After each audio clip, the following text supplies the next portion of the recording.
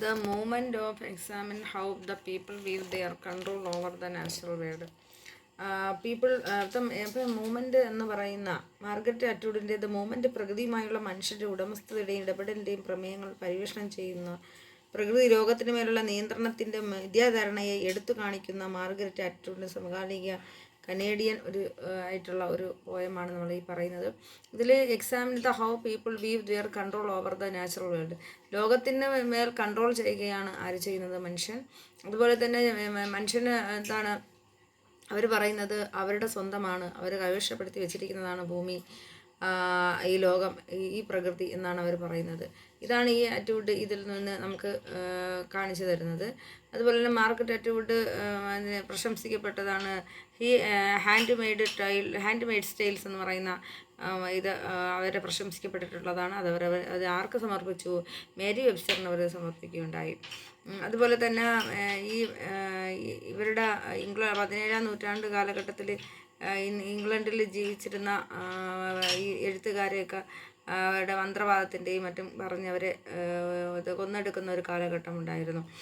അതുപോലെ തന്നെ the human mentioned in the first stanza, ഇതിലെ ഈ പോയത്തിലെ ഈ മൂമെൻ്റ് എന്ന് പറയുന്ന പോയത്തിലെ ഫസ്റ്റ് സ്റ്റാൻസ, ഇതിൻ്റെ ആദ്യത്തെ പദ്യശകലങ്ങളിൽ പറയുന്നത് എന്താണെന്ന് വെച്ചാൽ, ഖണ്ഡികയിൽ പറയുന്നതെന്ന് വെച്ചാൽ, മനുഷ്യൻ വിജയിച്ചിരിക്കുകയാണ്. ഏത് തരത്തിലാണ് അവൻ വിജയിക്കുന്നത്? Stanza considered the himself successful and confidently assert that he owns everything.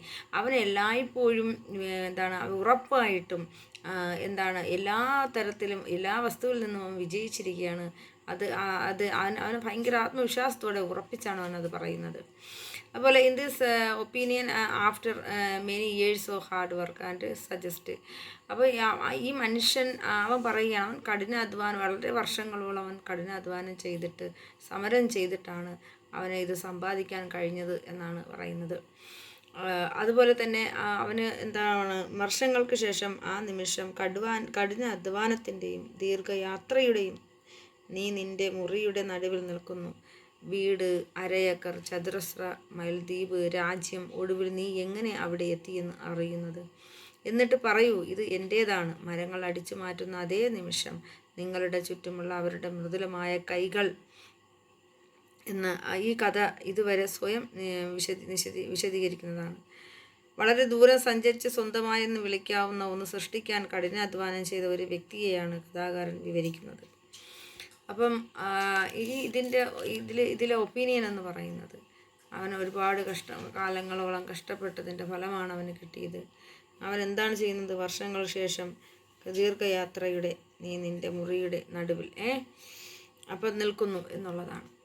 അപ്പം the square mile as in the land and also country he hard worked hards on half acre. അപ്പോൾ അവൻ്റെ സ്ക്വയർ മൈലുകളോടും അര ഏക്കറോളവും അവൻ എന്ത് ചെയ്യണ്? അവൻ കെട്ടിപ്പടുത്തുണ്ടാക്കിയ ഒരു റൂമിൽ അവൻ നിൽക്കുന്നതായിട്ടാണ് കാണിക്കുന്നത്.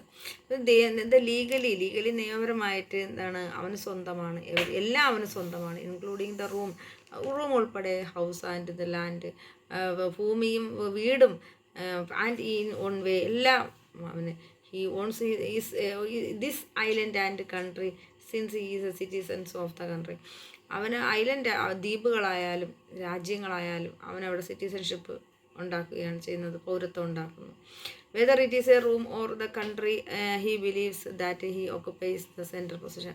എന്നിട്ട് അവൻ അവിടെ ആ ഒരു സെൻട്രൽ പൊസിഷനിൽ അവൻ അധിനിവേശം ചെലുത്തുകയാണ്, അതിലവൻ വിശ്വസിക്കുകയാണ് അത് അവൻ്റെത് ആണെന്നുള്ളത്. The notions that human occupy, ഇതിൻ്റെ ആശയം എന്ന് പറയുന്നത് it stands for the human self fallacy. അത് അബദ്ധ ധാരണയാണ്. അപ്പോൾ ഇത് ഫസ്റ്റ് സ്റ്റാൻസയിൽ ഇങ്ങനെയൊക്കെയാണ് ഉൾപ്പെടുത്തുന്നത്. ഈ പോയതിൻ്റെ ഫസ്റ്റ് സ്റ്റാൻസ്, അത് ഫസ്റ്റ് പദ്യ ശകലത്തിൽ വെളിപ്പെടുത്തുന്ന കാര്യങ്ങളൊക്കെയാണ്. അതിൽ അവന് അഭിമാനം കൊള്ളുന്നുണ്ട്. അവന് ഒരുപാട് വർഷങ്ങളോടെ കഠിനാധ്വാനത്തിൻ്റെയും സമരത്തിൻ്റെയും ഫലമായിട്ട് അവൻ എല്ലാ വിജയങ്ങളും നേടിയതായിട്ട് അവൻ അവകാശപ്പെടുന്നുണ്ട്.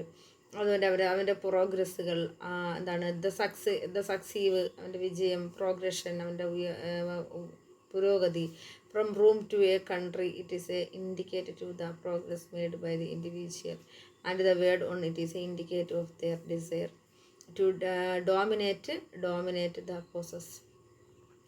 അപ്പോൾ ഇത് അവരുടെ രാജ്യത്തെ ഒരു ദ്വീപാണെന്നും അവർക്ക് പറയാം. ഇത് ചതുരശ്ര മൈലിൽ അവർക്ക് 1/2 ഏക്കർ ഭൂമിയുണ്ട്. അവിടെ അവർ താമസിക്കുന്ന ഒരു മുറി ഉൾപ്പെടുന്നു, ഒരു വീട് നിർമ്മിച്ചിട്ടുണ്ട്. ഇതെല്ലാം എന്തെങ്കിലും വിധത്തിൽ രൂപത്തിൽ അല്ലെങ്കിൽ വീടും ഒരു വലിയ ഭൂമിയും നിയമപരമായി അവരുടേതായിരിക്കും. അതേസമയം വലിയ ഭൂപ്രദേശങ്ങളുടെ അവരുടെ രാജ്യം എന്ന് വിശേഷിപ്പിക്കുന്ന അതേ രീതിയിൽ അവരുടേതാണെന്ന് അവർക്ക് വിളിക്കാം. എല്ലാ ജോലികളും പൂർത്തിയായ ശേഷം ഈ വ്യക്തി അവർ സൃഷ്ടിച്ച മുറിയിൽ നിൽക്കുന്നു. അവരുടെ കഠിനാധ്വാനമെല്ലാം വിലമതിക്കുന്നുണ്ടെന്നും തോന്നുന്നു. ഒരു നിമിഷമുണ്ട്, ആ നിമിഷമാണ് അത് സ്വന്തമായി വിളിക്കാൻ കഴിയുന്ന ഒന്നാണെന്ന് അവർക്ക് പറയാൻ കഴിയുന്നത്. ഇത്രയും കാര്യങ്ങളാണ് ഇതിലിങ്ങനെ പറയുന്നത്. ഓക്കെ, പിന്നെ ഇതിൽ protagonist claims positions of their surrounding reflecting a common anthropocentric mindset of the dominant nature for the personal gain. അപ്പം ഇതിൽ ഇത് ഈ ഫോട്ടോജെനിസ് ക്ലൈംസ് അവകാശപ്പെടുന്നത്, ഇതിലെ നായകന്മാർ അവകാശപ്പെടുന്നതെന്ന് പറയുന്നത് ഈ ചുറ്റുപാടിനെയും പ്രതിഫലിക്കുന്ന നരവംശ കേന്ദ്രീകൃതമായിട്ടുള്ള ഒരു മൈൻഡ് സെറ്റ് അവർ രൂപപ്പെടുത്തിയെടുക്കുകയാണ് ചെയ്യുന്നത്. അപ്പോൾ അവിടെ നിന്ന് എന്തുണ്ടാവുന്നു, ഒരു എക്കോ ഉണ്ടാവുന്നു. അത് historical and ongoing practice of human exploitation of natural resource without considering the ecological consequence. അപ്പോൾ ഇവിടെ പെർസ്പെക്റ്റീവ് എന്ന് പറയുമ്പോഴത്തേക്കും അവിടെ വീക്ഷണമാണ്. എക്കോസ് എന്ന് വെച്ചാൽ പ്രതിധ്വനിയാണ്. ഹിസ്റ്റോറിക്കലായിട്ടുള്ള ചരിത്രപരമായിട്ട് പ്രാക്ടീസ് ഓഫ് ഹ്യൂമൻ എക്സ്പ്ലോയിറ്റേഷൻ. ഇങ്ങനെ ചരിത്രപരമായിട്ട് പറയുകയാണെങ്കിൽ അവിടെ എന്ത് സംഭവിക്കുന്നത്, ഈ മനുഷ്യൻ ചൂഷണം ചെയ്യുകയാണ്. നാച്ചുറൽ റിസോഴ്സിനെ, നമ്മുടെ പ്രകൃതി സമ്പത്തിനെ ചൂഷണം ചെയ്യുന്നു. Considering the ecological consequence. അത് ചെയ്യുന്നതിനാലാണ് അവിടെ എന്തുണ്ടാവുന്നത്, ഇക്കോളജിക്കൽ കോൺസിക്വൻസ്. അതിൻ്റെ അനന്തരഫലമായിട്ടാണ് കോൺസിക്വൻസ് ഉണ്ടാകുന്നത്. അപ്പോൾ നമുക്ക് എന്ത് ചെയ്യും, നമ്മുടെ നാച്ചുറൽ റിസോഴ്സൊക്കെ ഇല്ലാതാവും.